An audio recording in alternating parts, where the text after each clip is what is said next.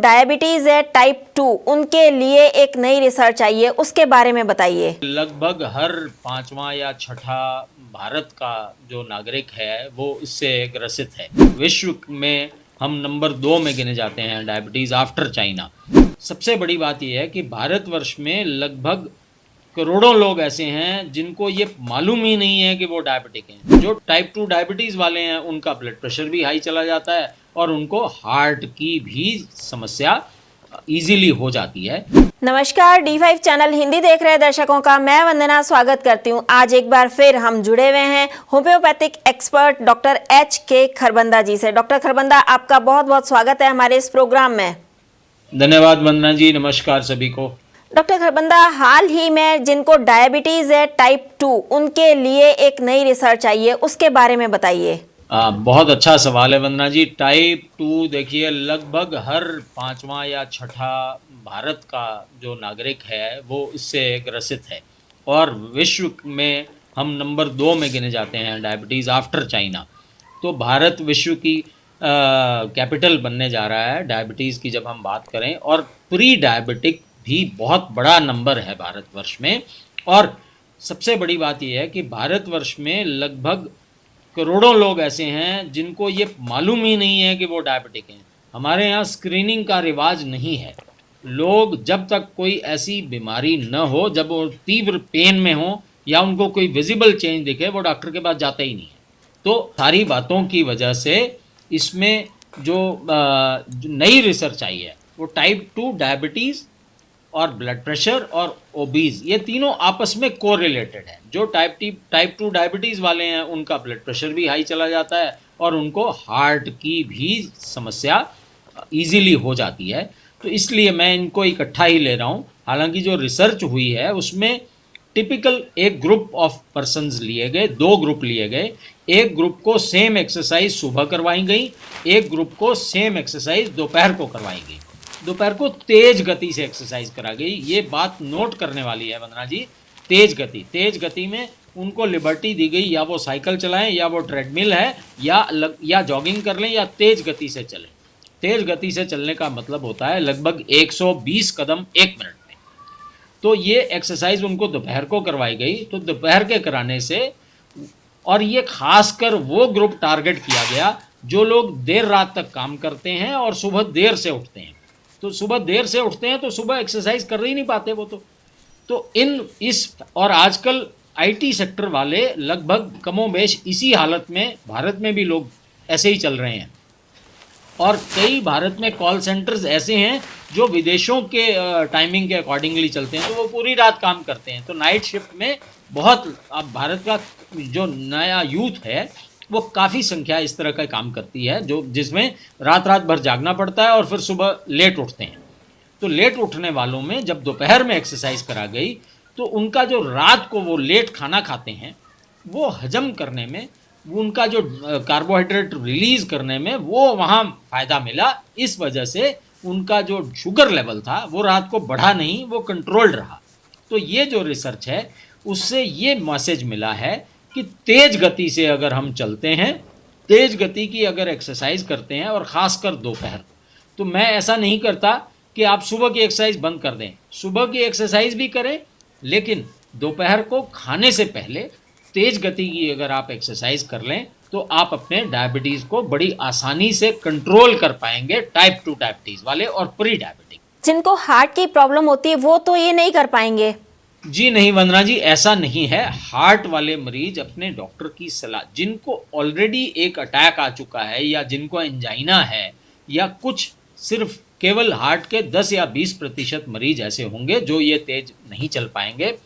बाकी सब लोग जिनको अभी कोरोनरी आर्टरी डिजीज़ है या जो हाई ब्लड प्रेशर वाले हैं, वो अपने कार्डियोलॉजिस्ट या अपने फिजिशियन से सलाह लेके 100%।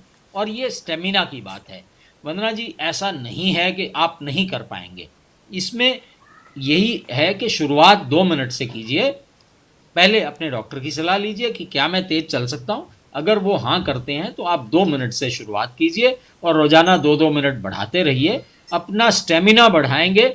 110 साल के लोग भी एथलीट हैं।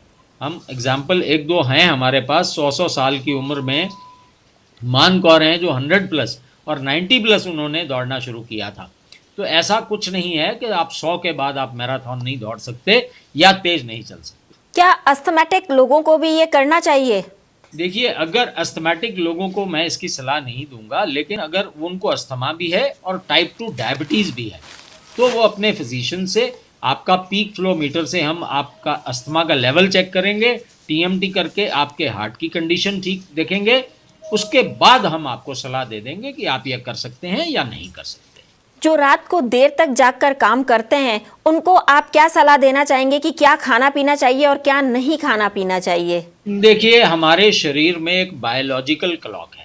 बायोलॉजिकल क्लॉक का मतलब है हमारे शरीर में एक अपने आप क्लॉक ईश्वर ने लगाई हुई है जो हर चीज़ को बिल्कुल टाइमिंग उसके एडजस्ट करती है, और उसको एडजस्ट करने के लिए 21 डेज लगते हैं। किसी भी हैबिट को फॉर्म करने के लिए हमारी क्लॉक को एडजस्ट करने के लिए 21 दिन लगते हैं।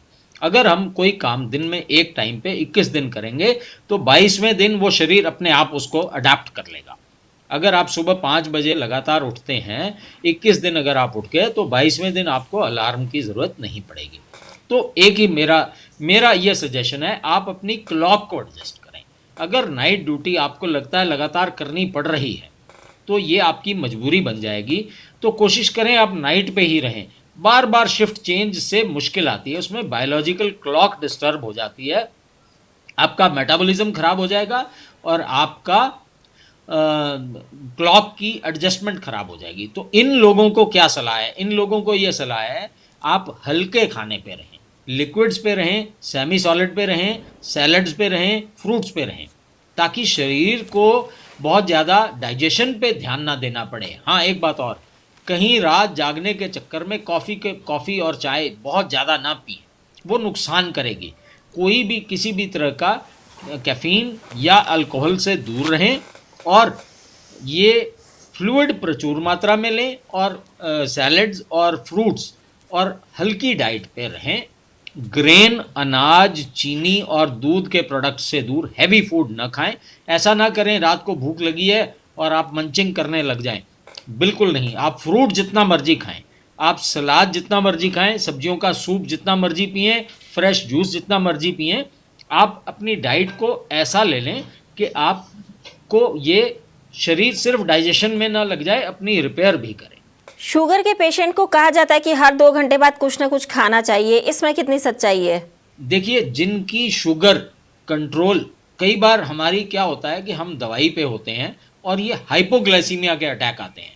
बिल्कुल, जिन लोगों को घबराहट, बेचैनी या अचानक गिर जाते हैं बेहोश होके, उन लोगों को ध्यान में रहने की ज़रूरत है। उनकी शुगर का लेवल लो जाता है, तो अगर शुगर का लेवल लो जाता है तो उनके अपने डॉक्टर से मिलके अपनी जो दवाई की डोज है वो या तो कम कर लेनी चाहिए, या फिर हर 2 घंटे बाद खाने वाला जो फंडा है वो हाइपोग्लाइसीमिया से बचाता है। अगर आपका ब्लड प्रेशर लो है या आपका ब्लड शुगर लेवल बीच बीच में काफ़ी लो चला जाता है तो हर 2 घंटे बाद ज़रूर खाना चाहिए। लेकिन वंदना जी, ये ख्याल रखना है कि 2 घंटे के बाद हम फ्रूट खा सकते हैं, सलाद खा सकते हैं, 1 या 2 या 4 बादाम खा सकते हैं, लेकिन ऐसा नहीं है कि हर 2 घंटे के बाद आप पूरा मील खा रहे हैं, फिर तो आप अपना डाइजेशन ही खराब कर डालेंगे। जो लोग मोटे होते हैं, कहा जाता है कि उनको बहुत ज़्यादा प्रॉब्लम होती है, तो क्या शुगर का इफेक्ट उन पे कुछ ज़्यादा होता है? देखिए, जो लोग ओबीज हैं, बहुत मोटे हैं, 100 साल से 100 या 90 किलो या 80 किलो वजन है, तो उनमें डायबिटीज़, डेफिनेटली उनमें डायबिटीज़ होने के चांसेस बहुत ज़्यादा हैं, उनमें हार्ट डिजीज़ आने के चांसेस बहुत ज़्यादा हैं, कोरोनरी आर्टरी डिजीज़ भी उनकी होने के चांसेस बहुत ज़्यादा हैं। तो ये तीनों बीमारियां आपस में मिली जुली हैं, एक दूसरे के साथ ये काफ़ी हद तक देखी जाती हैं। जितने डायबिटीज़ हैं उनको एंड में या तो किडनीज अगर अनकंट्रोल्ड रह जाएं 5 साल के लगभग, तो या तो उनमें हार्ट की डिजीज़ आ जाएगी या किडनी की डिजीज़ेज आ जाएंगी। तो ये केयरफुल तो रहना ही पड़ता है और उन पे असर भी ज़्यादा होता है। तो उन्हें अपनी स्क्रीनिंग हर 2 महीने के बाद उनको फिजिशियन से 2 या 3 महीने के बाद मिलके अपने सारे टेस्ट करा के और अपनी दवाएं लगातार लेनी चाहिए और लाइफस्टाइल इंप्रूव करके कारण ख़त्म करना चाहिए। अगर आप कारण ख़त्म कर लेंगे शुरुआती स्टेजेस में तो आप बीमारियों भी रिवर्स कर सकते हैं, आसानी से रिवर्स कर सकते हैं। डॉक्टर खादरवली इसीलिए बार बार श्री धान्य पांचों मिलेट्स का इस्तेमाल करने पर जोर देते हैं। और 2019 में तो प्रधानमंत्री नरेंद्र मोदी ने भी मोटे अनाज की वकालत की और बाकायदा 2019 के वर्ष को मोटे अनाज का वर्ष मनाया गया भारत में। तो ये मैसेज बिल्कुल क्लियर है, अगर आप डायबिटीज़, हार्ट की डिजीज़ और हाई ब्लड प्रेशर से ग्रसित हैं तो चीनी, दूध के प्रोडक्ट, गेहूं और चावल, अगर ये आप स्टेपल फूड हटा दें अपनी लाइफ में से और मोटे अनाज को रिप्लेस कर लें तो आधी बीमारियां लगभग ख़त्म हो सकती हैं। वापस आपको डिजीजेज रिवर्स हो जाएंगी आपकी। ये मैसेज आपके थ्रू मैं आज देना चाहता था। डॉक्टर खरबंदा, आप हमारे साथ जुड़े, आपका बहुत बहुत धन्यवाद। धन्यवाद। अगले एपिसोड में आपसे फिर मुलाकात होगी, तब तक के लिए नमस्कार।